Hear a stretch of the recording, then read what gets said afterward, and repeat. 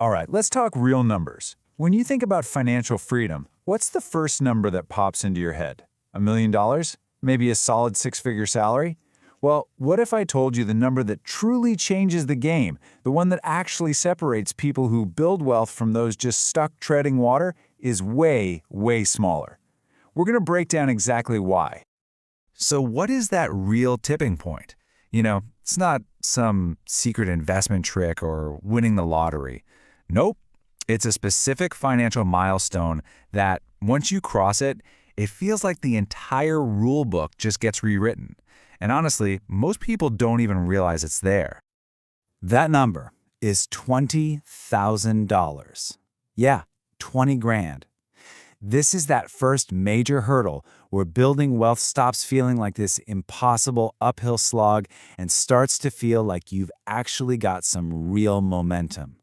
It is the point where everything, and I mean everything, changes. Think of it like this, okay?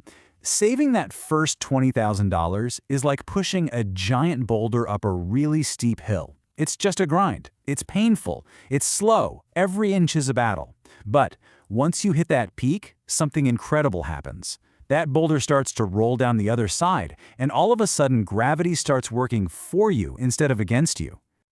Now here's where it gets really interesting. The biggest change isn't even about the math. Not at first. It's psychological. It's all about what happens inside your head when you finally switch from a state of just surviving to a state of actual growth.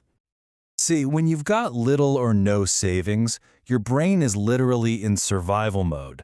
All your mental energy is just zapped by immediate problems, right? Like, how am I going to make rent? Or, oh no, the car broke down again. You're just reacting to crises. But once you have that $20,000 cushion, your brain finally has breathing room. It can switch into growth mode. You're not just putting out fires anymore, you're proactive. You start spotting opportunities instead of just seeing threats. And hey, this isn't just some feel-good idea. There's real data behind it. Research from Vanguard shows a huge psychological shift on the way to 20 grand. In fact, getting just your first $2,000 in the bank accounts for over 60% of the total boost in your financial well-being. Once you have that small cushion, you've created just enough space to think about building wealth, not just trying to hang on. So you've made the mental shift. That's huge, but it's only half the story. Now let's get into the numbers, because this is where the math of momentum gets really, really exciting. This is where compound interest finally rolls up its sleeves and starts doing the heavy lifting for you. Just look at this timeline. Let's say you're saving $1,000 a month.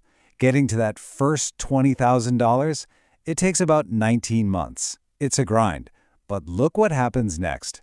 The second $20,000 takes only 17 months. Why? Because your first 20 grand is now working for you. And this just accelerates like crazy. By the time you've hit $400,000, your money is making the next 20 grand in just 5 months. Think about that. The secret here isn't some complicated Wall Street strategy. It's just simple scale. A 10% return on $2,000 is $200, which is nice, but it's not changing your life. But that same 10% return on $20,000, that's $2,000. That's real money. That's money you didn't have to clock in for, showing up simply because your capital is finally at a scale where it matters. And hitting this milestone, it gives you so much more than just a growing bank account. It unlocks a new financial superpower: options. It completely changes your relationship with your job, your career, and the opportunities you can finally say yes to.